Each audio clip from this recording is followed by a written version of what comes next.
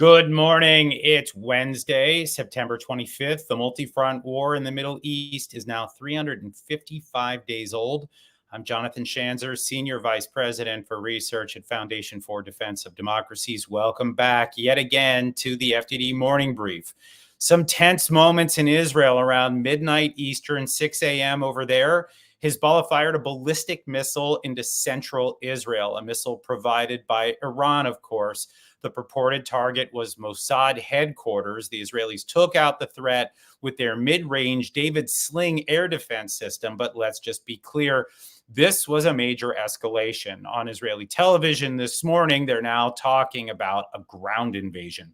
I don't care how many times Biden calls for the war to end from that podium at the United Nations, Iran and Hezbollah are simply not interested. And speaking of the UN, the world's leaders have all come together in New York City to talk about the way we talk about the things we should all be talking about. It's a lot of talking over there at the UN. I'm frankly a little embarrassed to be talking about it right now. I will only add this. Whenever I watch speeches at the United Nations, I am reminded of what may be the only memorable line in Adam Sandler's Billy Madison. Here's the quote. What you've just said is one of the most insanely idiotic things I have ever heard. At no point in your rambling, incoherent response were you even close to anything that could be considered a rational thought. Everyone in this room is now dumber for having listened to it. I award you no points, and may God have mercy on your soul. That, my friends, is what I think of the UN. Today's guest on the FDD Morning Brief is Karen Brunwasser. Karen is a longtime friend of mine. We first met in graduate school at the Hebrew University of Jerusalem in 2000. That was right before the second intifada erupted. A few years later, after she finished her master's and moved to Washington, Karen introduced me to the future Mrs. Schanzer, also known as the most patient person on the planet. And for that, I am eternally grateful to Karen. But these days, I am grateful for some of the other amazing work that she's doing, laboring to make Israel a better place for both Israelis and Palestinians. She runs something called FeelBeit, which is a place where Muslims and Jews can come together for shared cultural experiences. It's all part of a broader menu of projects that Karen works on, and she'll tell us about those in just a few minutes. According to the Israeli media, Hezbollah, the Iran-backed terror group in Lebanon, is increasingly unable to fire off the 200,000 rockets that it has spent the last 2 decades smuggling and assembling in preparation for the war that appears to be well underway. First, let's acknowledge that Hezbollah is still landing some shots. Too many, in my view. Israel has sustained some direct hits over the last several days, even the last few hours, and we should expect more. But at the same time, let's acknowledge that Israel has used remarkably accurate intelligence in impressive ways. The IDF is taking out a great many of Hezbollah's rockets before they are fired. More importantly, the Israelis appear to be destroying the group's rocket launchers.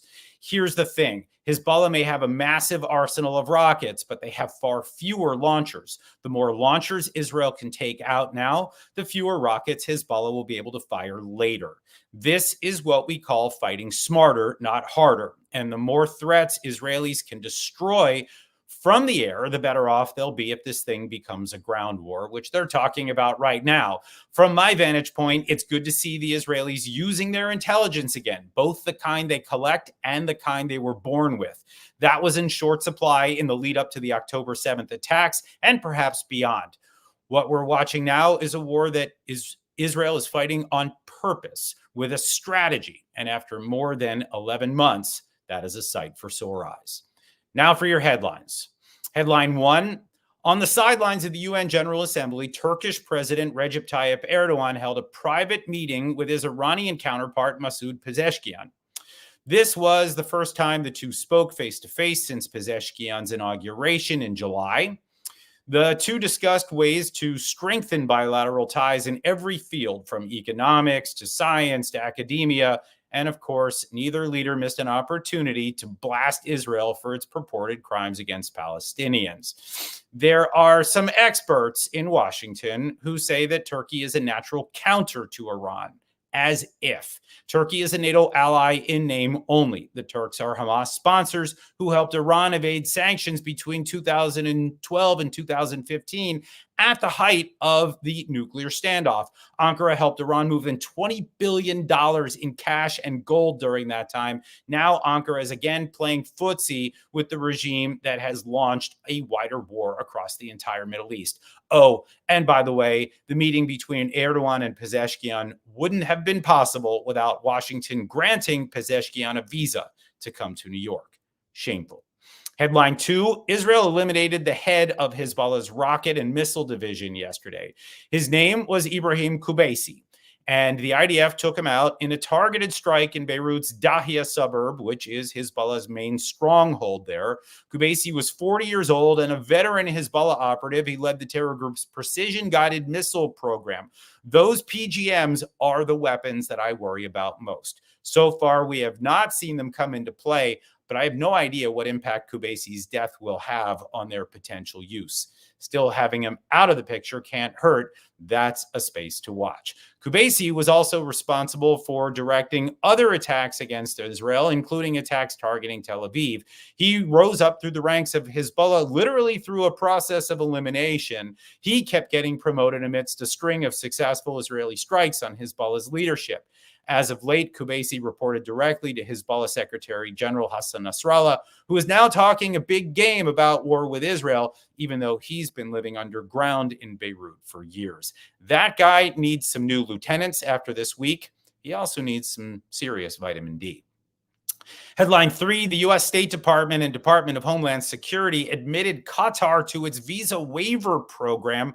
Wait, what? State and Homeland Security jointly announced that Qatar met the eligibility requirements to join the visa waiver program, which allows for its citizens to travel to the United States for up to 90 days without a visa.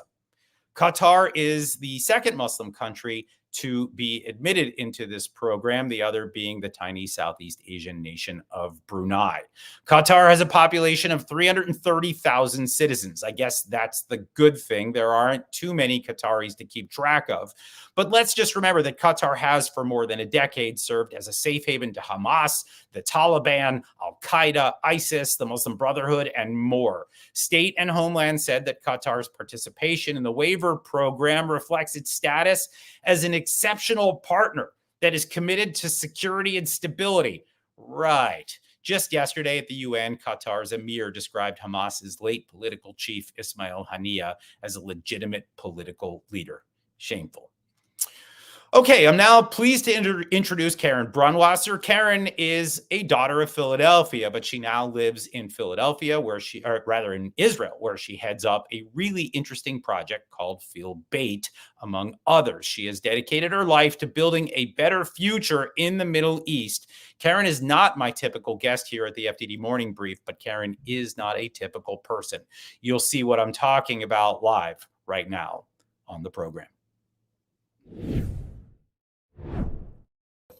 Welcome to the FDD Morning Brief, Karen Brunwasser. Good morning, John. So good to be here with you. Great to have you. So let me just start with a few things about your own personal journey. I met you in graduate school in Jerusalem back in 2000.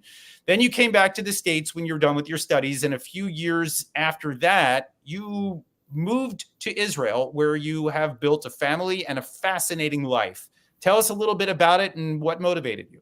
Sure. So when I was 16, my parents made a very, very big mistake. They took our family for the first time to Israel for my brother's bar mitzvah.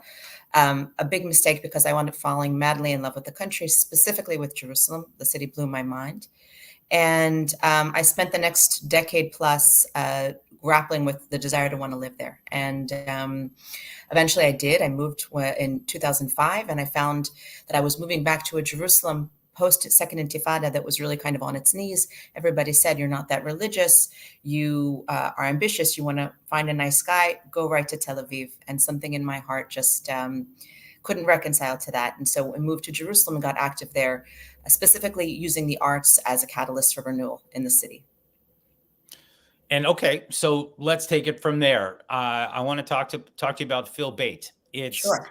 I mean, look, this is not the national security crowd that I run with in DC or in Tel Aviv or Jerusalem when I come to Israel. but I can recognize that it's a special place that you've cultivated. So please share a bit about it. Sure, it's a remarkable place, and like you, I have this master's degree in Middle Eastern Studies, and I think it's really a part of the picture. So FeelBeit is an Israeli-Palestinian art center located very specifically on the border between East and West Jerusalem, and it's a group of creatives from both sides that are using the arts, which has this incredible humanizing power, to practice something better, imagine a better future, prototype better ways forward. And basically, FeelBeit, which is a polyglot, English, Hebrew, and Arabic, that is meant to convey feel at home, it's a home, and where everybody can bring their identity, their concerns, their fears, their aspirations into the space, so long as they understand that there will be others with different identities, sensitivities, etc., also in the space. Okay, so let's fast forward to October 7th. Right. Obviously, a horrible day, a horrible 11 months that followed. How did the community you helped build respond in the wake of those tragic events? So, I mean, it knocked us off our feet, as you can imagine. And on October 8th, I spoke with one of my colleagues, and we've been through many, many challenges in the last few years. But she said, we might not be able to get up from this one. But the really remarkable thing is that I got calls immediately from my Palestinian colleagues.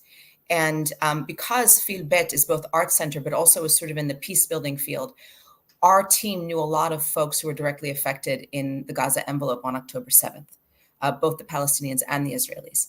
One of my colleagues, who's a Palestinian from East Jerusalem, was set to take Ma'oz Yinon, who runs the Avram Hostel, around Jerusalem on October 9th, because we were about to partner with him, and his parents were killed on the kibbutz Netiv HaSara. And that colleague, that Palestinian colleague, decided that he was going to go to his parents' funeral, which is an incredibly brave move. And those are the kinds of things that kept us going. That empathy, that concern for one another, and the insistence that we have to, more now than ever, we have to push through and create an alternative, even as the war's going on. Well, talk to me a bit about, if you would, the resilience of the community, also the team that you've built. You told me some really interesting stories the other night over dinner. Sure. I mean, this is a team that we built over the course of years. This kind of resilience doesn't happen overnight.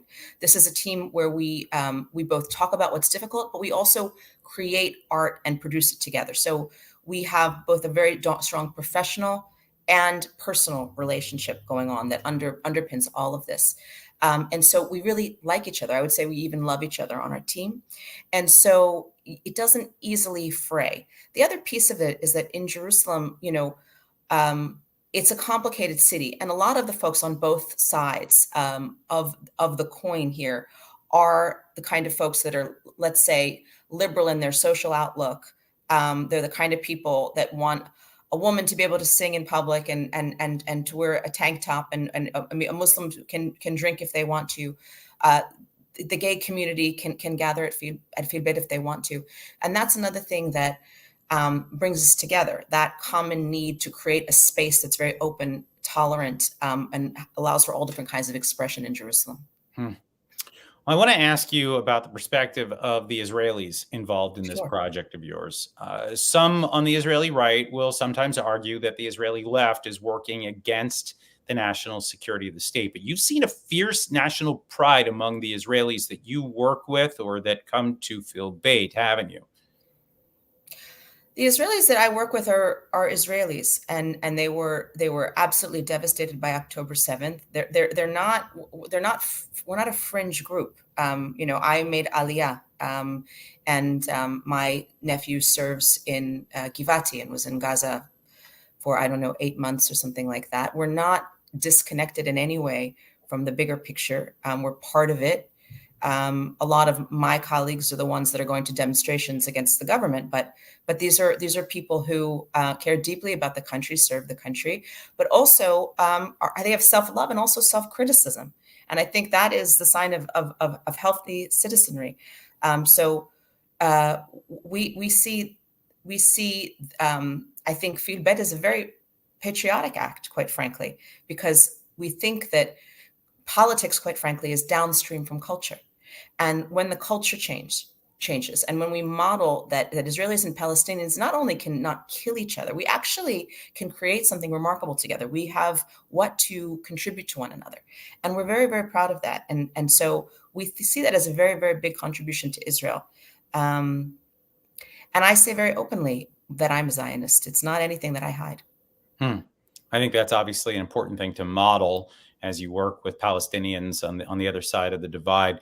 Curious, By the just way, John, I'll just say I wouldn't want to work with a Palestinian that doesn't love themselves. In other words, I'm not interested in I think that people need to love themselves and they need to be self-critical. And those are the kind of people that I work with on both sides.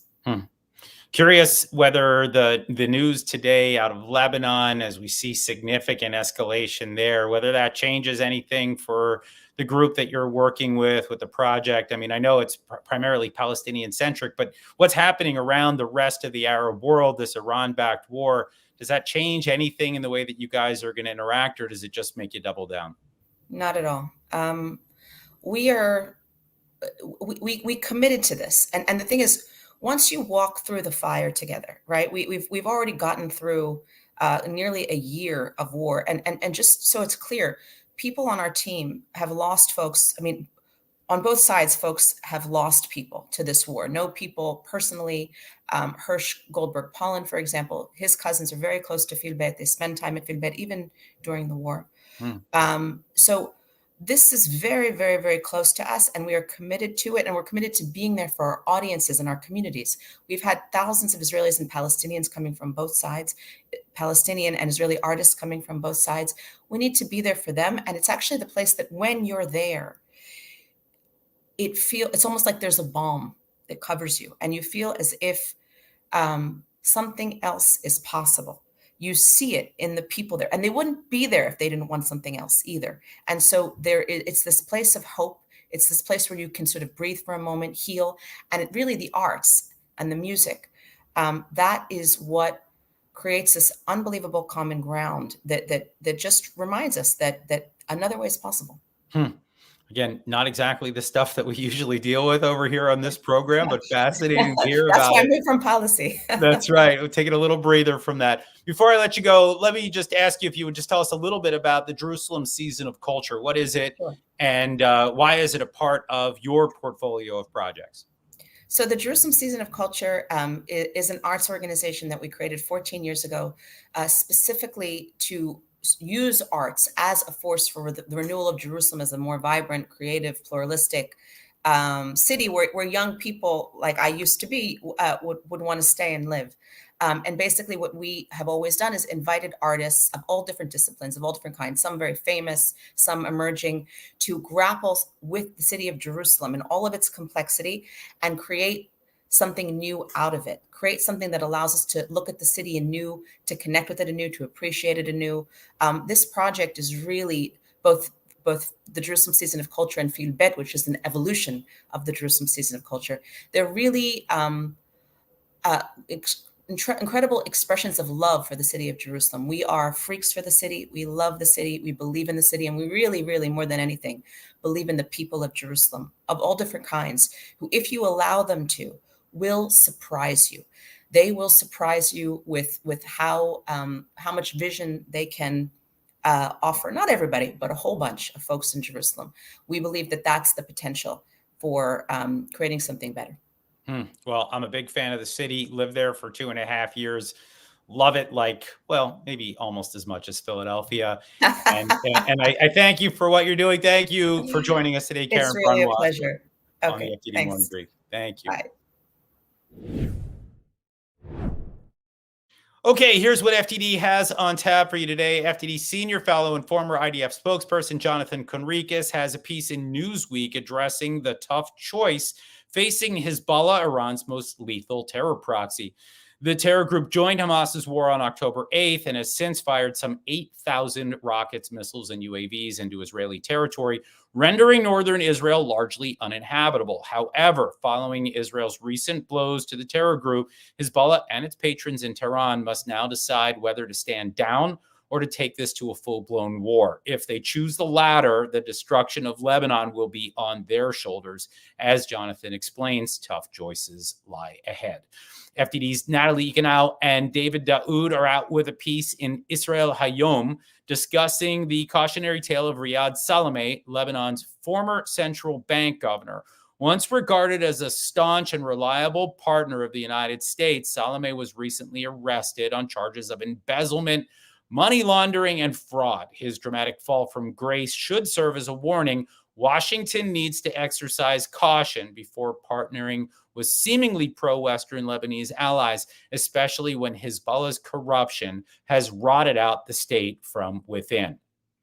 And finally, check out the latest episode of FDD's Foreign Policy. Our fearless leader, Cliff May, is joined by two distinguished experts in international law, Natasha Hounsdorf from UK Lawyers for Israel and FDD Senior Fellow Ord Kitri, to explore the complexities and hypocrisies of the international legal arena. Lawfare seems to be disproportionately wielded against the world's only Jewish state and the only democracy in the Middle East. Meanwhile, those morally bankrupt jurists turn a blind eye to the ongoing human rights violations committed by a wide range of criminals across the Middle East. Shameful stuff indeed. Okay, that's all she wrote for today. Read our expert analysis on our website, fdd.org. Read our quick takes on X at FDD. And please do support our work with a tax-deductible donation at fdd.org/invest. Tune in Friday for another episode of the FDD Morning Brief. Our guest is the daughter of Iran, attorney and activist Elika Laban. She's been a powerful Iranian diaspora voice, especially on social media. So do check back for that one. Should be interesting. Until then, we'll keep tracking the war in the north. I'm Jonathan Schanzer, signing off for FDD.